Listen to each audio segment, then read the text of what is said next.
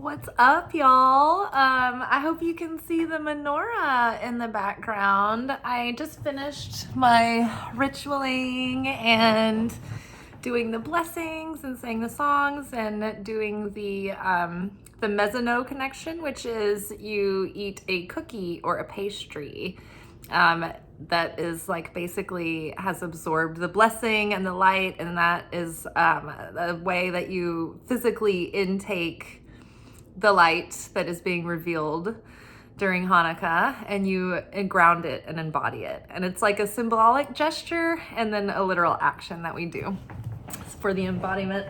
I'm surrounded by pillows and blankets, and I'm squeaking all over my couch. I'm hungover. I have this hair. Like remnants of last night's makeup. I have been just a lazy little girl today, and I've been loving it. I was able to take a cut from work and relax and just enjoy the evening. I got a gigantic Fat Mo's bacon cheeseburger and seasoned fries and chicken strips. Honey mustard. That was my good little hangover fun meal. And yeah, that's basically what's been going on. I've had a lot of fun over Hanukkah. I've gone out and had a nice birthday dinner with my friend on her birthday. A bunch of us went out after work last night. And there was, oh my gosh, there was a tornado warning yesterday, which thank you for those of you who commented. I just saw that when I looked at my phone to see if I was okay. Yes, I am okay. We took cover at work. I was not worried about it. I knew that we were going to be fine. I'm not sure if they touched down anywhere around us or did any damage. I think maybe there were some power outages and like some transformers blew, but it's all I'm really aware of. But yeah, I'm okay. I'm intact. Yeah, the last tornadoes that hit a couple of years ago did quite a lot of damage, and they were actually right behind my house. And right before, it was like coming right for my house, and it hopped over and went to Donaldson, like the next city over. And yeah, I chalk it up to all the prayers that I do all the time. And my little street was untouched, but the one behind us was almost leveled. And the forest behind me, there was a huge slice of acreage that was just leveled as well. And so that was pretty crazy. But I remember watching the trees that night, and they were going so wild that it looked like they were all going to snap and none of them would be left standing. And I just remembered thinking, all right, God, you're going to take care of me or I'm going to die. Either way, there's nowhere really for me to take cover in this place that's like tornado safe. So I just was at peace, kind of enjoyed some of the storm, from the porch, and yeah, and then it passed, so that was cool. But now here we are on night 4 of Hanukkah. I can see some of our candles. One of them has extinguished. Let's get into the reading, shall we? We are using the Oracle of Oddities. This is my favorite deck. This is by Claire Goodchild. Her brand is called Black and the Moon. This is like a limited edition. I don't think she has this printed anymore, but this is 3 editions of like one master deck that's all crammed together. So I don't know why I felt the need to tell you guys that. Sometimes people ask about this deck.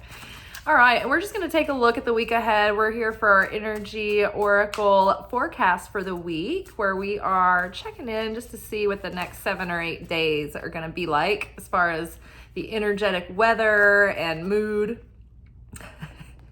Nightmares. Yay.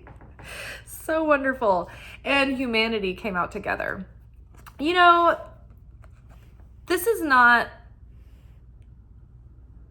to be unexpected, because the thing about Hanukkah is that it occurs during a very dark time, literally, of the year. And then it's about connecting with the light in a way that the veil is lifted, and the light condescends to us in our darkness to grace us with miracles and love and unconditional love and mercy. and favor. And so it's during these dark times, like we probably are, dealing with certain challenges during these times too, on a personal level. I know we are globally. I mean, look at the conflicts going on around the world right now. It's a nightmare. And we're trying to find our humanity through this on an individual level and in a grand vision, in a big vision way too. And it starts as individuals.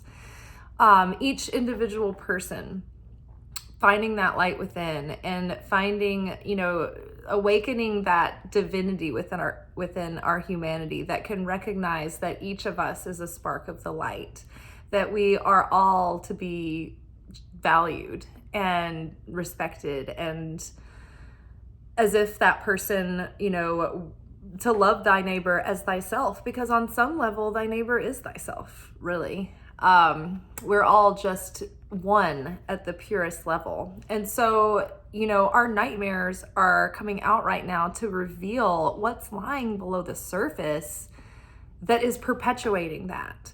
Evil can tempt us, but it's human beings that commit evil, right? We can only be sparked with an idea of evil, but it's up to us to actually take that action.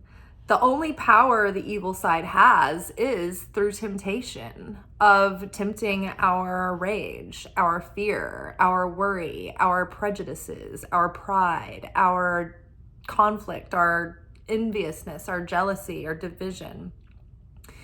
We are the ones that take action. In that same way, the light, the side of good, can lead and guide and, protect and influence as well, but we have free will, and it's up to us to choose to go in the direction of the light, right? We are servants of the light. We are here to do the work of the light of the creator, right? It's like the spirit world has no effect here without human beings. They work through us.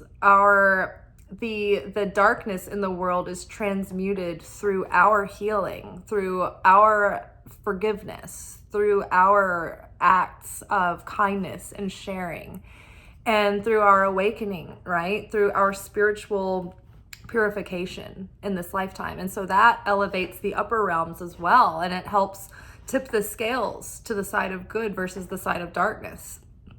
When we are not in a physical form, there's no alchemy being done. We can't make changes in our soul. It has to be here. This is where the game is. This is where the playing field is, where we can,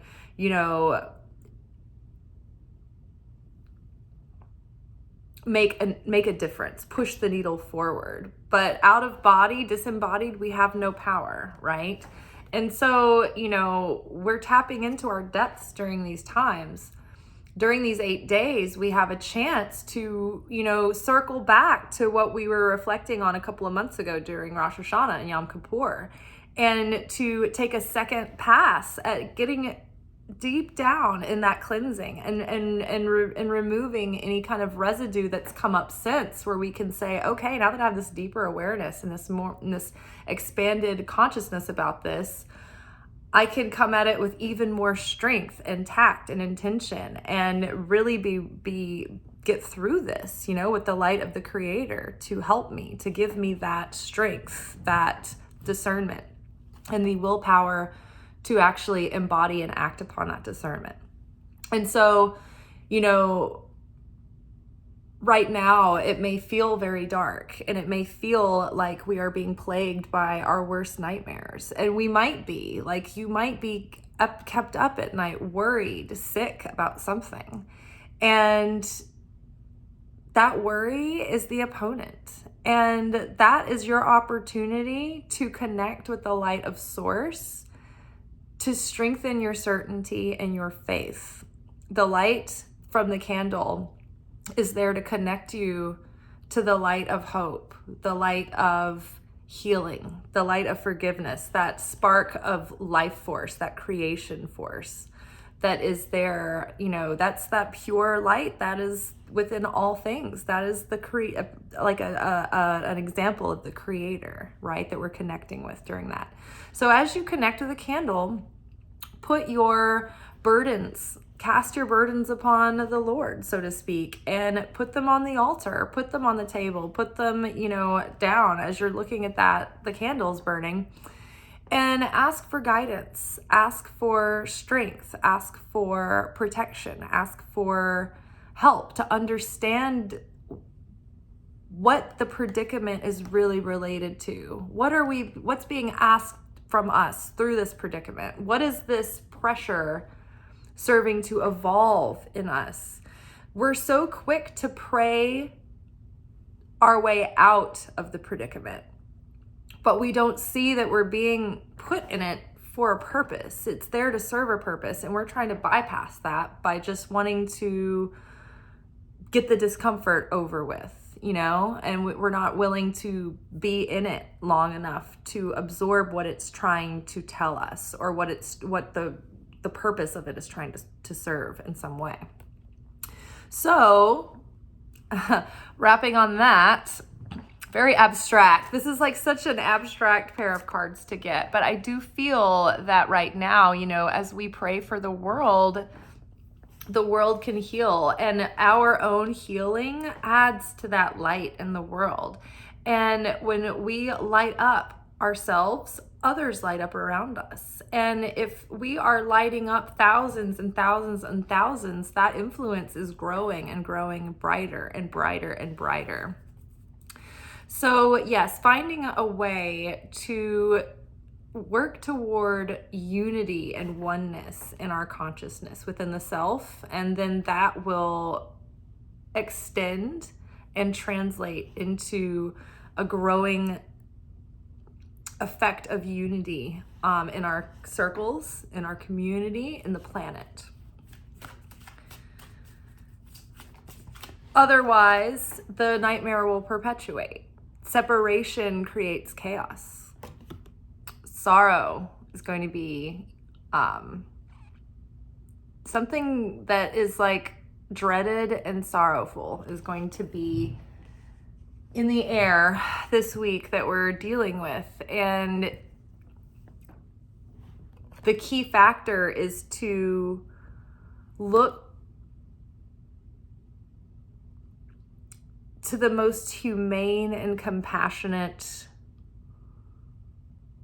approach, if that makes sense. Look for the most compassionate resolutions and actions for all involved. All right. What else do we need to know for the week?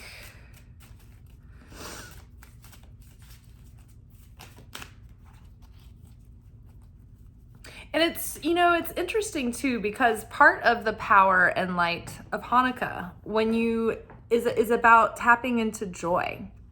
And so be careful that we don't get bogged down in sorrow this week. We can observe our sadness and we can observe that sorrow, but the Shekhinah, the Holy Spirit, that protective, nurturing force, cannot come over us and connect with us if we are not in joy. If we are in sadness, the Shekhinah leaves us. So it's important to maintain, it's important to see these two things, these influences this week for the purpose of transcending them. Don't go there. Don't go into despair. Don't go around the nightmares. We're trying to see these things so that we can rise above them, so that we can pray for healing with these things and pray for the solution. Pray for divine guidance in how to move forward away from things that perpetuate these nightmares and the sorrow. Explore empathy and security are our last cards that came up. So again, this is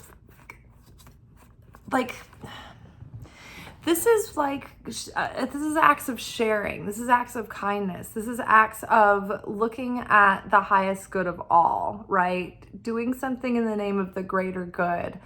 The thing that awakens these miracles during Hanukkah, it's this light that we connect with is called the Or HaGanuz. And in order to really connect with that and draw it down, not only do we need to be in a state of joy and thanksgiving and gratitude, but it comes through self-sacrifice.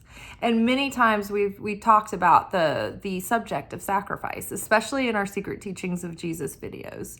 And so, when we're just talking moments ago about how, when we do the spiritual alchemy within, it elevates the upper realms as well. It's changing, the vibration on the planet. So, doing these acts and of self-sacrifice unlock these miracles in even more powerful ways. This is the key, the magic sauce that actually opens the miracle for you. It's like breaking the seal and opening up the magic. Breaking the seal is breaking the ego, breaking down the parts of us that are preventing us from having empathy and compassion and mercy. And so even though sometimes things have been unjust and they are atrocities happen, we need to give forgiveness in order to set ourselves free. And the other is set free in some way of us. We're no longer connected to that pain. And it's not to say that, it's not to justify the act of atrocities. It's not. But it's to put an end to the continuation of them. It's in the name of unity, moving forward, in the name of progress. Things can be different and we can change, but it requires us to start making the changes that aren't going to come super easy, right? When we're feeling sad and, when we feel like our nightmares just keep going in circles this week, it's like we'll be tempted into going back into those same triggered reactions and behaviors, which lead to the same dynamics. And this is where we have to break the pattern.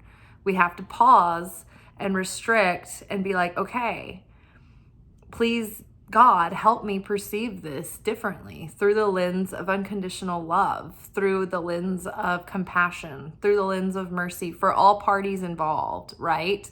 Not just because you don't want to be put upon either. One of the messages of Hanukkah is also to find the inner strength and courage within to not be walked all over, right? But, so it's always a balance. It's always practicing discernment. And discernment is something that comes through like doing the spiritual work, following your intuition, and then sometimes it turns out to be right and sometimes it's wrong, or sometimes it leads you in a direction that didn't turn out the way you expected. It's something that you grow over time. You grow a relationship to it. So yes, exploring ways to be more empathetic without losing yourself in that empathy. As an empath, you can feel everything and everyone around you so vividly that sometimes you don't realize that they're not your own feelings, right? And so empaths have a tendency to lose themselves in the people around them because they're so acutely attuned to other people's needs, other people's desires, what makes everyone else comfortable, right? Because you're feeling everyone's feelings. It's like you're just settled out over there. Like, okay, all right, everybody, like I can, then you end up like pacifying everybody else all the time, but at the expense of like, you get to a point of feeling like you've abandoned yourself and then you've lost like your own individuality in order to appease and to validate and to get validation, so it's like it becomes a problem. So we have to explore ways that we can empathize with others while still maintaining our own individuality, our own interdependence, our own value and worth too. Because, our needs and our truth count as well. It's not just about, everyone else all the time. You have a unique perspective to bring to the picture too. And so, and there are unique gifts from the Creator that you are also being brought here to give and share. But we can't be completely closed off either, because that is something that empaths tend to do. They become avoidant because they're doing it in a defense mechanism to protect themselves. And so that's why it's like we have to learn how to maintain this gift and a curse of being an empath, and also maintain, the secure boundaries, but stay open to people, because our talent is our empathy. It's a gift, it allows us to connect deeply with others and help them heal as well. But in order to do that, it takes creating that strength, that discernment, and those boundaries around the self first, before it's, before you're not going to get too interwoven into everyone else's energy and cocoon and plots. The more we move forward away from the conflicts that have been festering in our dynamics, the more that we can find ways to go forward and to heal these dynamics, and with empathy, with compassion, right? We're going to build more security for ourselves, and we're going to see the evidence of a new life, of new consciousness, of new experiences, of, new relationships with others, new relationship dynamics that you haven't been able to have before. New relationships to your money, to life in general, right? So, very interesting week ahead. Take it slow. Don't be quick to act or react or anything. Just try to sit with these things coming forward and pray. Pray for guidance, pray for strength, and pray for support from the Creator to find a new way forward and explore step by step this new life, this new self that you're birthing forth. All right, y'all. Godspeed. Hag Samek. Take care. Ciao. I will see y'all tomorrow for our anchor message, where we will be getting our spiritual assignments for the week. All right, y'all. Ciao.